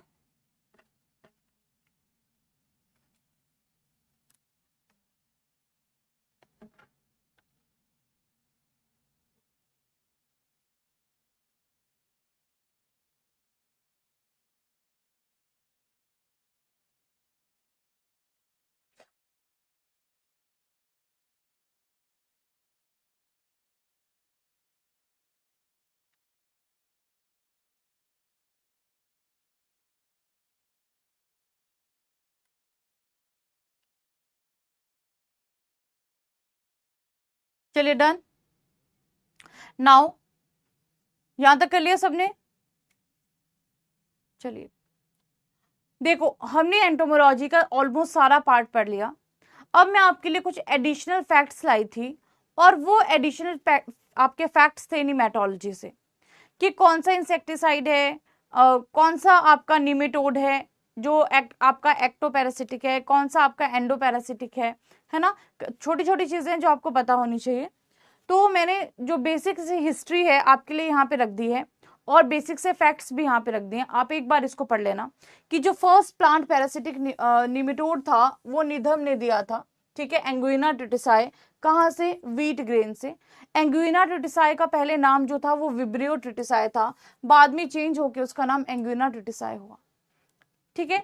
और कुन ने जो स्टेम निमेटोड था दैट इज डिटिलेंकस डिप्सिसी उसको रिपोर्ट किया था। कई बार क्या होगा, देखो आप बाकी एग्जाम भी दोगे, ऐसा तो नहीं है ये एग्जाम दोगे, तो कुछ फैक्ट्स उस पॉइंट ऑफ व्यू से भी इंपॉर्टेंट है जो मैंने आपको यहाँ पे दे दिए हैं, तो आप एक बार इसको जरूर पढ़ लेना, ठीक है। अब यहाँ पे देखो ये सारी हिस्ट्री अगर आपको रिक्वायर्ड है तो जरूर एक बार पढ़ना, ये सारा मैंने आपको दे दिया है एडिशनल में, तो ये एडिशनल है, अगर आप पढ़ना चाहते हो तो डेफिनेटली पढ़ना इसको, ठीक है। रूट नॉट निमेटोड किसने दिया था, रूट लेजर निमेटोड क्या है, रेड रिंग इन कोकोनट किस निमेटोड से होता है, ये सारा मैंने यहाँ पे दिया है, ठीक है। फिर जो ये जो निमेटोड्स हैं कुछ एक्टोपैरासाइट्स होते हैं, कुछ आपके सेमी एंडोपैरासाइट्स होते हैं, कुछ माइग्रेटरी होते हैं, कुछ सेडेंट्री होते हैं, तो ये सारा मैंने यहाँ पे दे दिया है, और कुछ आपके एंडोपैरासाइट्स होते हैं। तो ये सारे आपके एडिशनल फैक्ट्स हैं, आपके काम ही आएंगे आगे भी, इसीलिए मैंने यहाँ पे इसी सेक्शन में आपको डाल दिया अगेन, ठीक है। तो इनको पढ़ लेना, देख लेना कौन से एक्टोपैरासाइट है, कौन से एंडोपैरासाइट्स हैं, कौन से माइग्रेटरी हैं, कौन से सेडेंट्री है। सेडेंट्री मतलब एक जगह रहते हैं, माइग्रेटरी मतलब कि मूव करते हैं। पढ़ लोगे इतना सा बताओ भाई, नहीं तो नहीं दूं तो बता दो, नहीं देना है तो भी बता दो, पढ़ लोगे तो भी बता दो, ये एडिशनल दिया है ताकि आप लोग आराम से इसको पढ़ लो। बताओ। देन कुछ निमेटोड क्या करते हैं, अबव ग्राउंड प्लांट पार्ट्स पे अटैक करते हैं, जैसे आप देख सकते हो फोलियर निमेटोड है, सीड गॉल निमेटोड है, और कुछ हमारे ऐसे होते हैं जो आपके बिलो ग्राउंड करते हैं, यहाँ बिलो होगा, ठीक है। देन इसको रहने दो, ये तो कुछ नहीं है इंट्रैक्शन। अब कुछ आपके ऐसे निमेटोड्स हैं जिनकी कुछ इंपॉर्टेंस है, या जो कुछ डिजीजेस में जिनका रोल है, तो आप यहाँ पे देख सकते हो। फॉर एग्जाम्पल एंगुइना ट्रिटिसाई जो कि कॉकल डिजीज और वीट कॉज करता है, ठीक है। देन टुंडो डिजीज में इसका रोल रहता है बैक्टीरिया के साथ। हेट्रोडेरा एविनेमोलिया डिजीज कॉज करता है। सिट्रस में जो डिक्लाइन है, स्लो डिक्लाइन, वो टालैंकुलस सेमी पेनिट्रांस कॉज करता है।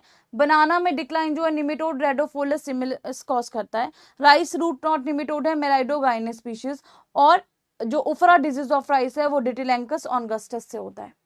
तो मैंने यहाँ पे आपको कुछ एडिशनल चीजें दी हैं, इनको पढ़ लेना, ठीक है। सब कुछ दे दिया है मैंने, जितना भी इंपॉर्टेंट फैक्ट्स हैं यहाँ पे आपको, मुझे लगा कि आपको काम ही आएंगे, इस एग्जाम में नहीं किसी और एग्जाम में तो काम आएंगे, क्योंकि देखो एक आधा क्वेश्चन अगर यहाँ से आता है ना, तो कुछ निमेटोड तो आपने ऐसे जनरली भी पढ़े होते हैं कौन सा क्या है, तो इसलिए मैंने आपको एक्स्ट्रा चीजें जितनी भी है यहाँ पे प्रोवाइड कर दी कि अगर आप कोई और एग्जाम भी दोगे तो वहां पे भी आपको ये डेफिनेटली काम आएगा, ठीक है जी। देन अब आते हैं कि कुछ क्वेश्चंस मैं आपके लिए लाई थी, चलो पोल लगाते हैं, अब आप खुद से ये क्वेश्चन सॉल्व करेंगे। प्रीवियस ईयर के क्वेश्चंस हैं ये, PYQs हैं, ठीक है।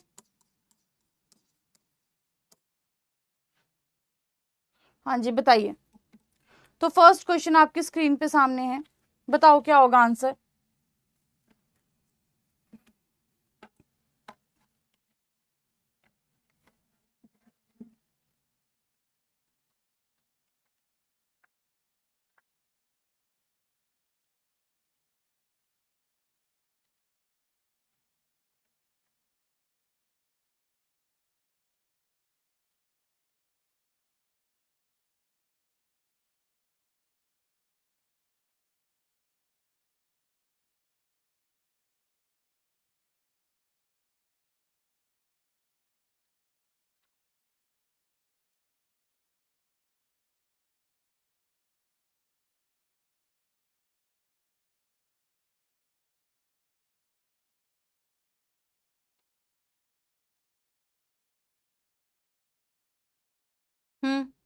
कर दिया।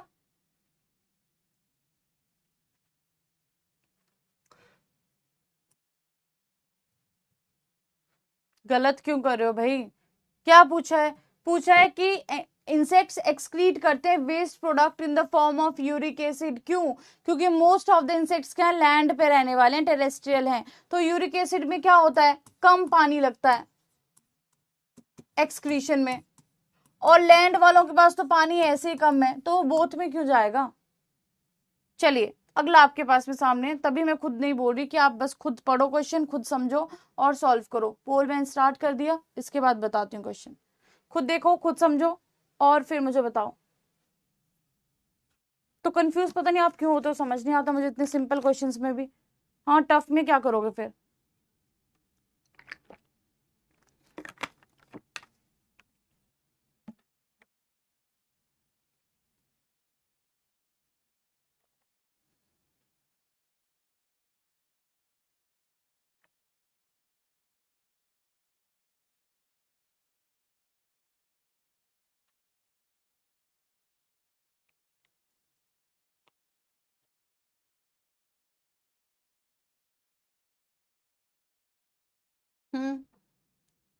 कर दिया आंसर सबने, देख भी लिया क्वेश्चन। अब बताती हूँ, देखो क्या बोलता है क्वेश्चन में। What is the diagnostic symptom of infestation of stem borer in maize. Stem borer का मेन सिम्टम क्या है। ऑप्शन है अडल्ट फीड करता है लीव्स पे और स्टेम में बोर करता है और कॉप्स में। अडल्ट एंड निम फीड करते हैं क्रॉप में और डैमेज करते हैं। अडल्ट फीड करता है लीव्स पे और लीफ कर्ल कॉज करता है।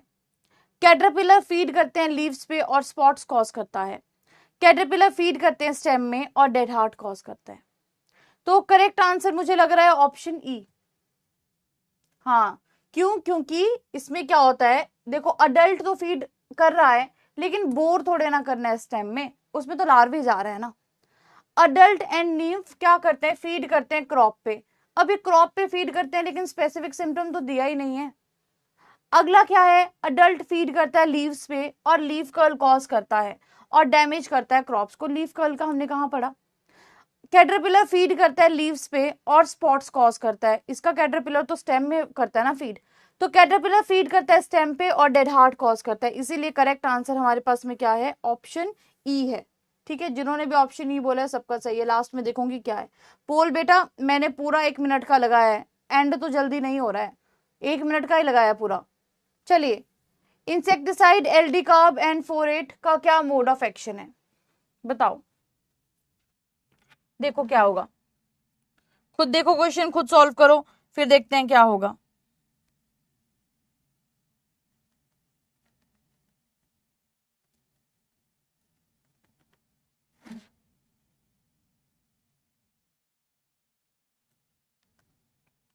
इसमें एलडी कार्ब भी रखो, सिर्फ इसमें सिर्फ एलडी कार्ब रखो कि एलडी कार्ब का क्या मोड ऑफ एक्शन है। ठीक है, एलडी कार्ब रखो।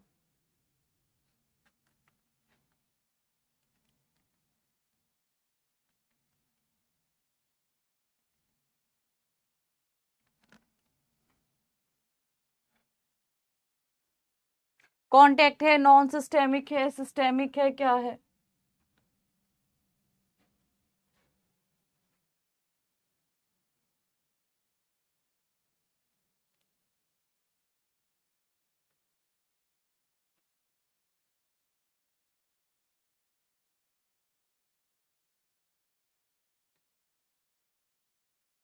हाँ जी, करेक्ट आंसर क्या होगा यहाँ पे, सिस्टेमिक है, ऑप्शन सी। करेक्ट आंसर क्या होगा, सिस्टेमिक है। चलिए अगला हमारे पास में है, khapra beetle is an important pest of. Khapra beetle किसका इंपॉर्टेंट पेस्ट है। Potato, field, stored grain, capsicum, none of these, बताओ। खापरा बिटल किसका इंपॉर्टेंट पेस्ट है।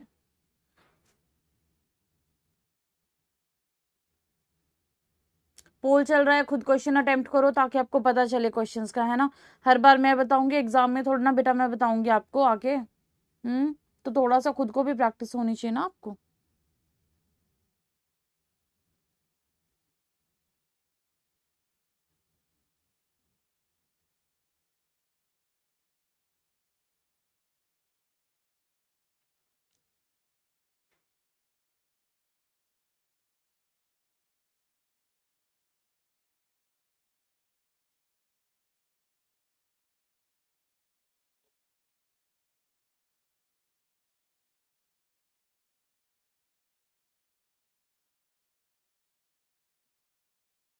चलिए जी, करेक्ट आंसर क्या होगा इसका? Option C, stored grain. Maximum का सही है। चलिए अगला, ट्राइकोग्रामा क्या है? बताया भी था मैंने क्वेश्चन। इंसेक्ट है, फंगस है, बायोपेस्टिसाइड है, सब कुछ है, बताओ ट्राइकोग्रामा क्या है?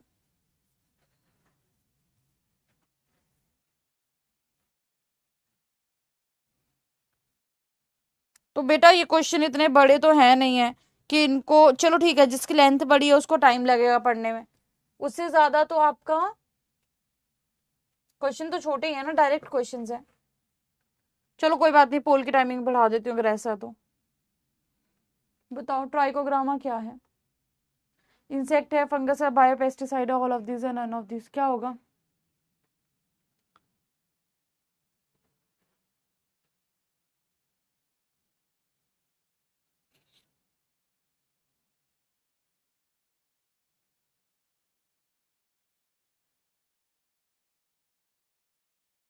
हम्म आप सबको पता है इंसेक्ट है जिसको यूज किया जाता है बायो कंट्रोल में, तो ऑप्शन ए क्या होगा इसका सही आंसर होगा। ठीक है, सी बोल रहे हो आप लोग, बायोपेस्टिसाइड बोल रहे हो। बायोपेस्टिसाइड थोड़े ना इंसेक्ट है। अगला, best control method for stored grain paste, क्या यूज किया जाता है? स्प्रे किया जाता है, बीट किया जाता है स्टिक से, फ्यूमिगेट किया जाता है, सब कुछ किया जाता है, बताओ बेस्ट मेथड क्या है? नाम से पता चल रहा है क्या होगा।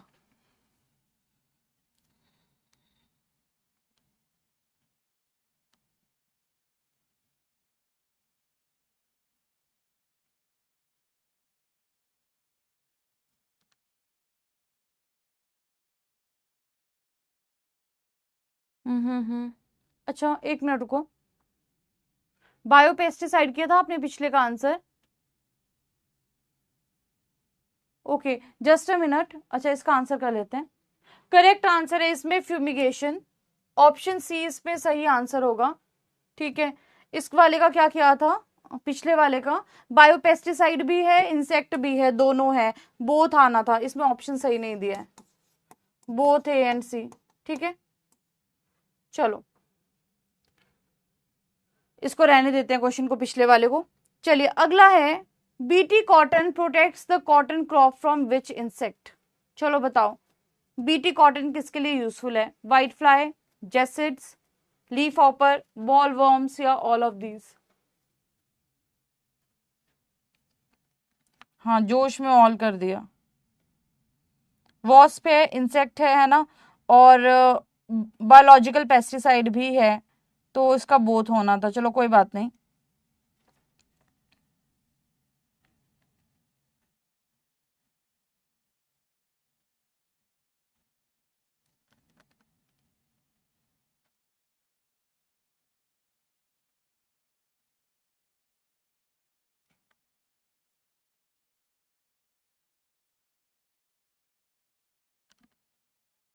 हम्म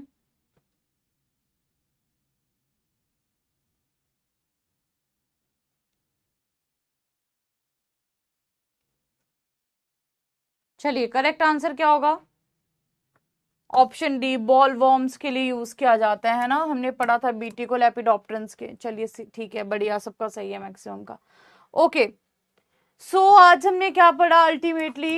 additional topics, classification of insecticides, additional topics and facts. ठीक है,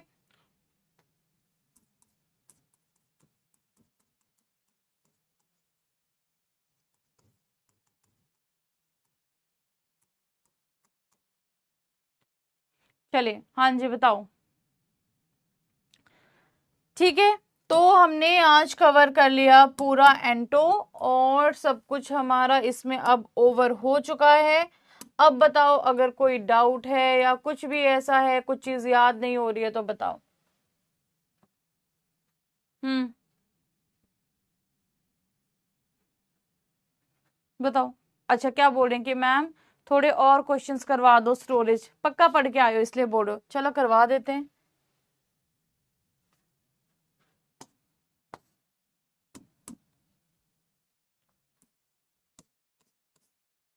चलो कौन से सेक्शन से करने हैं क्वेश्चंस? Storage paste. बाकी लोग क्या बोलते हैं, करोगे बताओ फटाफट से, करोगे तो करवा देते हैं स्टोरेज पेस्ट से क्वेश्चंस, बताओ।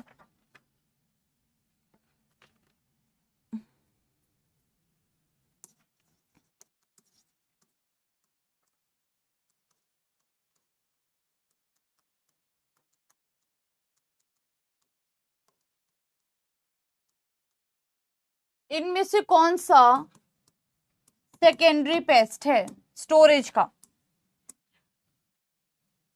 इनमें से कौन सा सेकेंडरी पेस्ट है स्टोरेज का? ठीक है, क्वेश्चन में क्या है?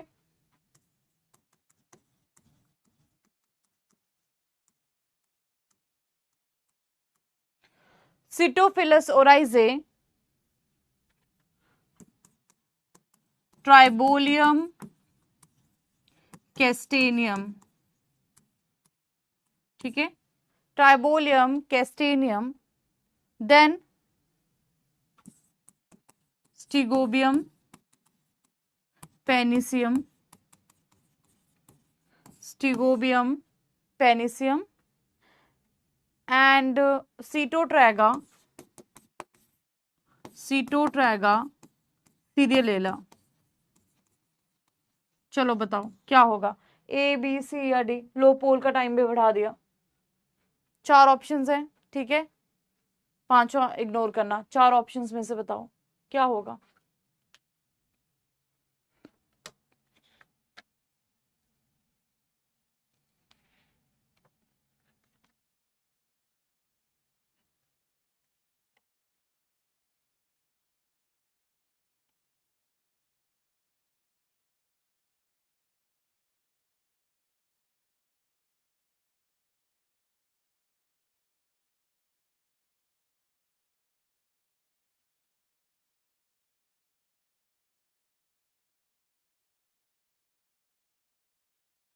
बताइए बताइए क्या आंसर होगा।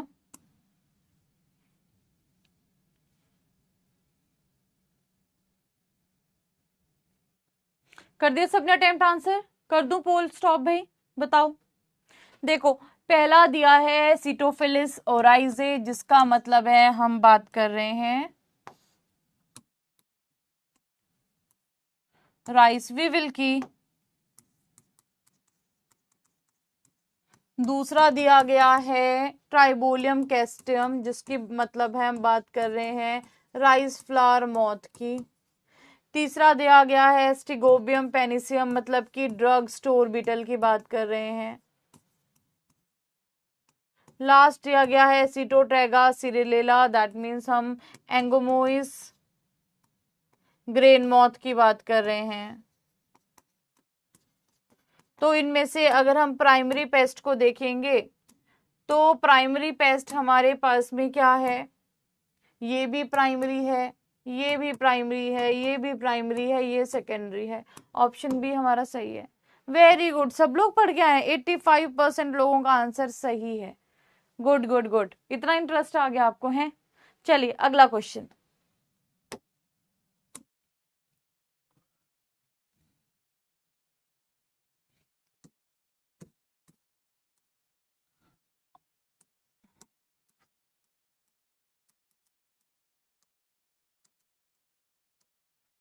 डैमेजिंग स्टेज से आपसे अगला क्वेश्चन पूछ रही हूं मैं, किसकी पूछूं बताओ?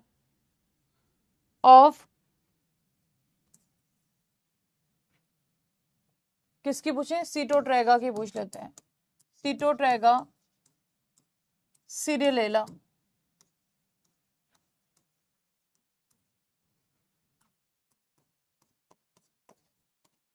Adult caterpillar, both, none.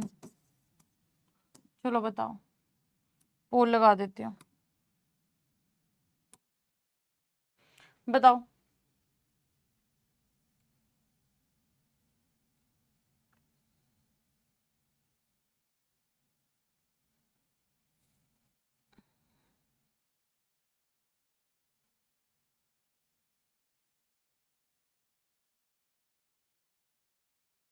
बताओ बताओ।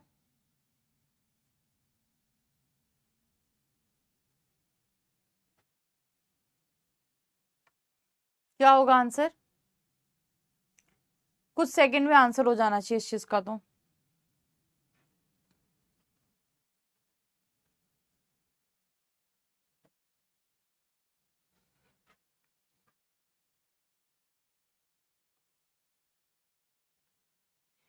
तो एंगोमोइस ग्रेन मॉथ की बात कर रहे हैं, इसीलिए जो डैमेजिंग स्टेज होगी यहाँ पे वो क्या होगी?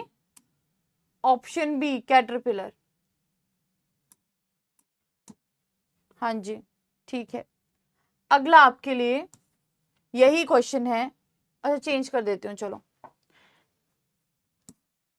Damaging stage of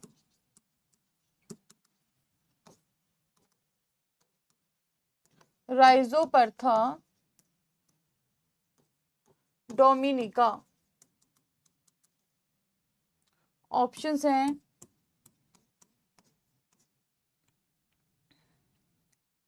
adult, grub, both A and B, sometimes adult, sometimes grub. चलो बताओ क्या होगा। पोल लगा दिया गया है। Damaging stage of lesser grain borer की बात कर रहे हैं, ठीक है। क्या होगा?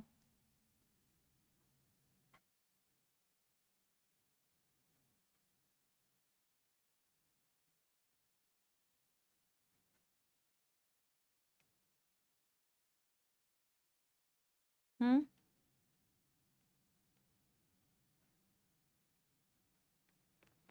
कौन से बॉर्डर पे जा रहे हो आप लोग? हाँ,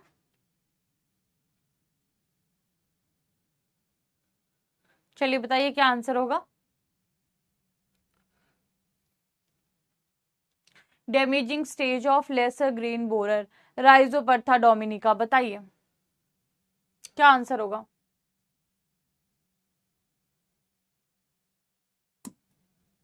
ऑप्शन सी, ऑप्शन सी, है ना। Both A and B, grub भी है और अडल्ट भी है, समटाइम्स वाला फंडा नहीं चलता। चलिए, तो ये हमारे पास में कुछ क्वेश्चंस थे। अब मुझे बताइए किसी को कोई भी डाउट आ रहा है या कुछ समझ नहीं आ रहा है? ठीक है।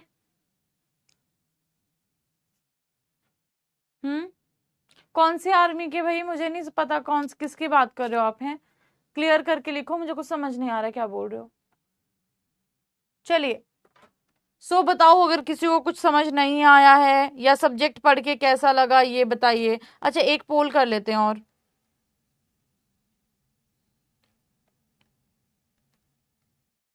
ठीक है, बताओ।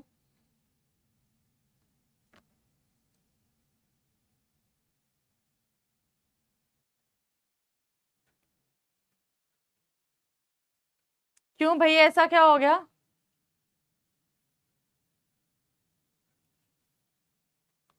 अच्छा, ऐसा बोल रहे हो कि आपके मेरे बाद में आपकी मैथ्स की क्लास है, ऐसा बोल रहे हो क्या? अच्छा। अच्छा, आर्मी बन चुकी है। अच्छा, आज एक क्लास आपकी रात को है, ठीक है। उसके बाद? अच्छा, आप लोगों ने मतलब अपनी आर्मी बनाई है, ठीक है ठीक है। ओके फाइन, ठीक है। तो हम भी अपने ग्रुप को कुछ नाम देते हैं फिर। हम्म, बताओ क्या नाम देंगे हम अपने ग्रुप को? हम भी एक नाम दे देते हैं ना अपने ग्रुप को।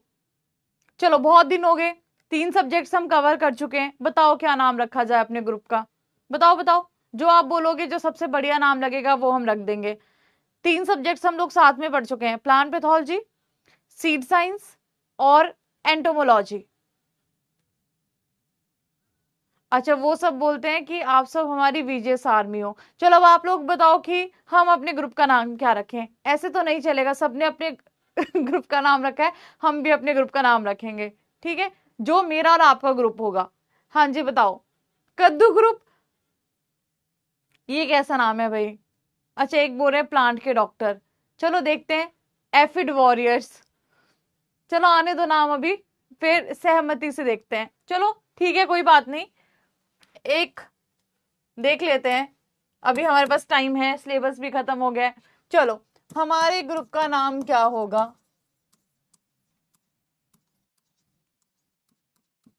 देखते हैं कितने वोट्स आते हैं। चलो ऑप्शंस दो, 5 ही ऑप्शंस ले पाऊंगी, उससे ऊपर ऑप्शन नहीं ले पाऊंगी। आप लोग वोट करोगे, जिसमें सबसे ज्यादा वोट्स आएंगे वही हमारे ग्रुप का नाम होगा, और वैसे ही हम बात करेंगे आज के बाद। ठीक है, चलो बताओ। हाँ जी, क्या क्या? एक तो ओम प्रकाश बोल रहे हैं मैम कद्दू ग्रुप, चलो ठीक है, ओम प्रकाश का नाम लिख देते हैं। दूसरा कौन बोल रहे हैं? एफिड वॉरियर, चलो ठीक है, ये नाम भी लिख देते हैं। तीसरा क्या बोल रहे हैं? प्लांट्स के डॉक्टर, चलो ठीक है जी, ये नाम भी लिख देते हैं। और बताइए।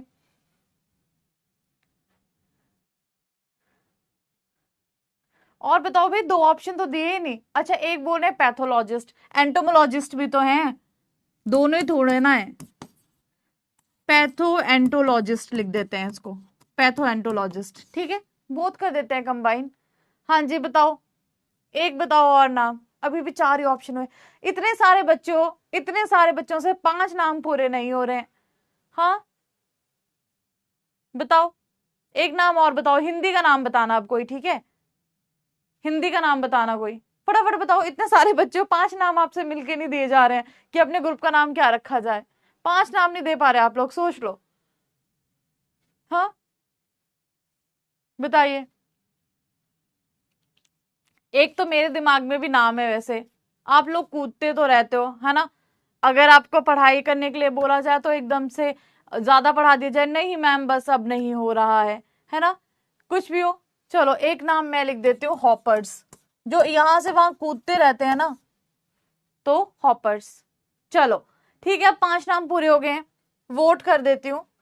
ठीक है बताओ, अब वोट कर देते हैं कि किस, जिसको सबसे ज्यादा आंसर आएंगे। अच्छा आंसर सिलेक्ट करना पड़ेगा, कोई बात नहीं, आंसर देख लेंगे कुछ भी, जिसको सबसे ज्यादा नंबर ऑफ वोट्स आएंगे।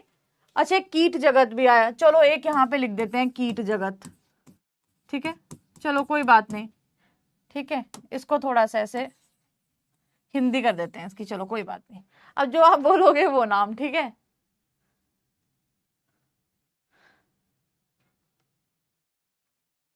चलो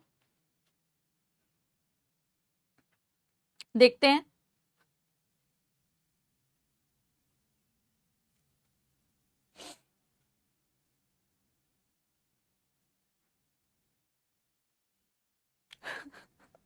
एक बोल रहे मैम लोकस्ट भी ऐड कर दो, नोटोरियस तो आप लोग हो है ना, लोकस्ट तो आप हो। चलो बताओ फटाफट से, देखते हैं मैक्सिमम वोट्स किसको हैं, उस हिसाब से देखते हैं, फिर कुछ सोचेंगे आपके बारे में, ठीक है। और अगर आज ये फाइनल नहीं हो पाया तो अगली बार जब हम अगली क्लास पढ़ेंगे ना, उससे पहले ही मैं आपको बोलूंगी कि बताओ एक नाम आपने फाइनल क्या डिसाइड किया है, ठीक है। तो अगली हमारी क्लास जो होगी वो जेनेटिक्स की होगी एंड प्लांट ब्रीडिंग की, कुछ दिनों के अंदर अंदर। उस टाइम पे मैं बोलूंगी कि बताओ, अब बताओ आपने क्या सोचा है। चलिए कर दें भाई इसको स्टॉप, बताओ बताओ।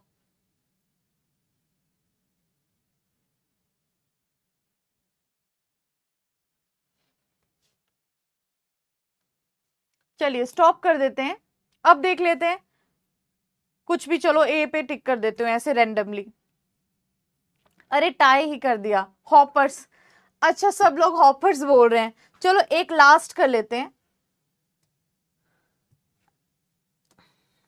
एक लास्ट कर लेते हैं है ना, ये होगा आपका ultimate pole.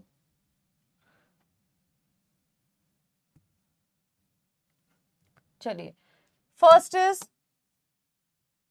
Option A hoppers, और ऑप्शन बी बताओ, ऑप्शन बी बताओ।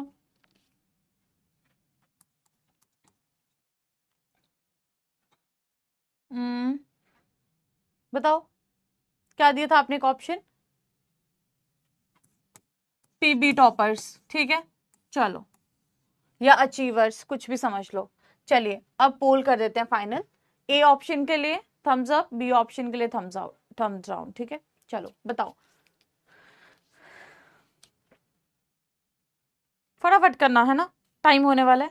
हाँ जी क्या बोल रहे हैं, कल क्लास होगी? नहीं कल क्लास नहीं है, क्योंकि आपको पता है आपका सिलेबस एंटो का आज खत्म है। अब यही क्लास हमारी कुछ दिन में होगी, लेकिन किसी और सब्जेक्ट के लिए होगी, मोस्ट प्रोबेबली आपको पता है 28 या 29 से आपकी जेनेटिक्स की क्लास स्टार्ट है, तो उसके अकॉर्डिंग ही हम चलेंगे। अभी के लिए हमारे पास में, हाँ जी बताइए, अभी के लिए हमारे पास में एंटोज खत्म हो चुका है। तो ऑन अ सीरियस नोट, अभी हमारा मजाक बहुत हो गया। ऑन अ सीरियस नोट, बहुत इंपॉर्टेंट चीजें हमने बेटा कवर की हैं। अब आई वांट कि आप लोग बहुत अच्छे से चीजों को पढ़िए, चीजों को जानिए, और साथ में जहां पे जो समझ नहीं आता है वो आप पूछ सकते हैं। ठीक है जी, ओके। तो ये तो चलो, ये तो फन पार्ट है कि कुछ भी नाम रख दिया, कुछ भी, ठीक है, कोई बात नहीं। लेकिन मेन चीज ये है कि आपकी पढ़ाई मैटर करती है। ओके, सबसे मेन टारगेट आपका है एग्जाम्स को क्रैक करना। और मैं आपको एक चीज और बोलना चाहूंगी,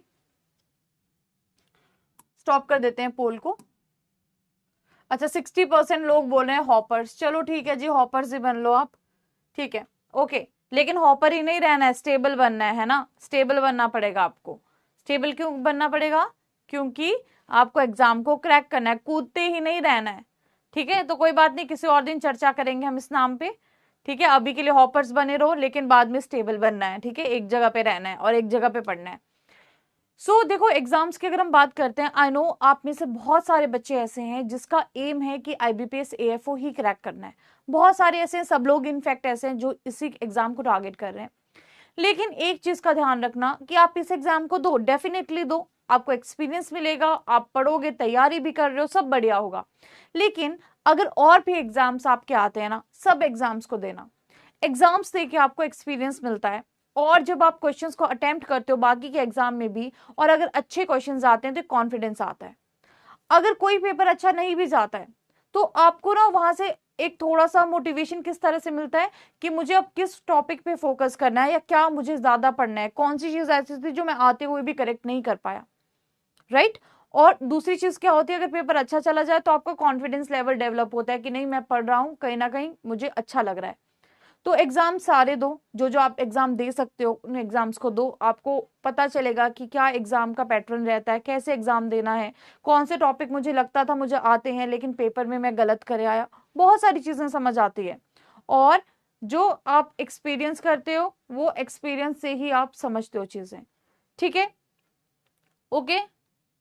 क्या बोल रहे हैं, हॉपर बन के सबसे ऊंचा लंबा छलांग हम ही मारेंगे। मैं तो चाहती हूँ कि आप बहुत अच्छी अच्छी पोजीशंस पे जाओ, बट मुझे ये भी पता है कि इस टाइम पे आपका मेन टारगेट पढ़ाई होना चाहिए। ठीक है, हॉपर्स बोलो, जो मर्जी बोल लो, वो तो बात हमारी ऐसे चल पड़ी, इसीलिए बात होगी, कोई बात नहीं, ये वाला भी हम डिसाइड कर लेंगे बहुत जल्दी। जो आपको अच्छा लगेगा वो मैं आपको बोल दूंगी, है ना।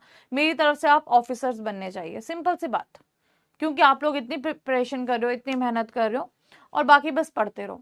अब ये सब्जेक्ट कंप्लीट कर लिया है, इस सब्जेक्ट को अच्छे से, ये सैटरडे है, कल का संडे है, रिवाइज करो। प्रैक्टिस शीट आपको कुछ दिन में मिल जाएगी, प्रैक्टिस शीट करो, वीकली टेस्ट मिल जाएगा, DPP मिल जाएगा, उसको सॉल्व करिए, है ना। तो आराम से पढ़िए, सब कुछ अच्छा ही होगा, लेकिन आपको मेहनत करनी है। अब आज फ्राइडे को आप लोग फ्री हो गए हो, तो कल सैटरडे है, परसों संडे है, 2 दिन आपके पास में सब कुछ आराम से पढ़ने का बैठ के, तो पूरा दिन लगा दो, है ना। जो जो रिवाइज किया पूरे हफ्ते में, सिर्फ यही सब्जेक्ट नहीं, जो बाकी सब्जेक्ट भी पढ़ रहे हैं उन पे भी आप ध्यान दो। ठीक है, और आपको पता है क्योंकि आपने अभी एग्जाम देना है, अभी आपका प्री भी नहीं आ रहा है, आपको प्री को भी टाइम देना है, तो अपने पूरे दिन को प्रॉपरली डिवाइड करिए और अच्छे से पढ़ाई करिए।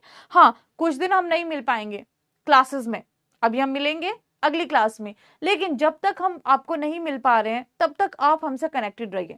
चाहे अगर आपको नहीं समझ आ रहा है, टेलीग्राम पे पूछ लो, डाउट पोर्टल पे पूछ लो, जहां पे भी आपको लगता है। लेकिन टेलीग्राम ऐसा होता है जिसपे मैं सबसे फटाफट चीजें देख के रिप्लाई कर सकती हूँ, तो टेलीग्राम पे आप लोग मेरे से कनेक्ट कर सकते हो।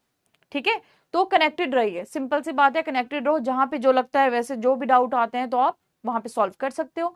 बाकी टेलीग्राम के सेशन बीच बीच में प्लान करते रहेंगे, वहां पे भी मिलते रहेंगे, ऐसा तो नहीं है कि अभी जा रहे हैं तो मिलेंगे ही नहीं। डेफिनेटली अभी अगला सब्जेक्ट आएगा, उसमें भी हम लोग मिलेंगे। और नेक्स्ट सब्जेक्ट में भी, जैसे देखो, मैंने सीड साइंस वाले दिन आपको शाम को बोला था, याद है, कि अगले दिन से सब लोग मुझे क्लास में चाहिए। और अब आप खुद देखो, सब क्लासेस आपने लगाई हैं, क्या रिस्पॉन्स लग रहा है आपको, समझ में आया, चीजें क्लियर हुई, सबने क्लासेस लगाई ना इतने दिन, रिस्पॉन्स भी बढ़िया किया, क्वेश्चंस के आंसर भी सही से किए, दैट मीन्स आप पढ़ रहे हो, आपको फायदा हो रहा है रेगुलर क्लासेस लगाने का। अब यही क्लासेस जब मैं अभी जेनेटिक्स की क्लासेस को कंडक्ट करेंगे, उस टाइम पे भी मैं यही एक्सपेक्ट कर रही हूँ। टाइमिंग मोस्ट प्रोबेबली आपकी 7 बजे की ही रहेगी, मोस्ट प्रोबेबली चेंज होता है तो आपको बता देंगे, लेकिन वैसे 7 बजे है। तो अगर आप उस टाइम पे भी इस तरह से डेली क्लासेस लगाएंगे ना, तो आपको आधी से ज्यादा चीजें क्लास में समझ आ जाएंगी। अब जो सब्जेक्ट्स हमने अभी तक पढ़ लिए ना, वो सब्जेक्ट्स ऐसे थे जिसमें नाम बड़े थे। सीट साइंस तो बहुत ही सिंपल था, डायरेक्ट फैक्ट्स थे, है ना। अब देखो, अब आप क्या एंटो है, पैथो है, इसमें तो चलो नाम बड़े हैं, समझ नहीं आ रहा, या नाम को पढ़ने में टाइम लग रहा है। अब जो अगला सब्जेक्ट पढ़ेंगे ना, जेनेटिक्स एंड प्लांट ब्रीडिंग का, वो तो बहुत सिंपल कॉन्सेप्ट्स हैं, डायरेक्ट फैक्ट्स हैं, डायरेक्ट कॉन्सेप्ट्स हैं, डायरेक्ट चीजें हैं, तो वो तो बहुत जल्दी समझ आ जाएंगी आपको।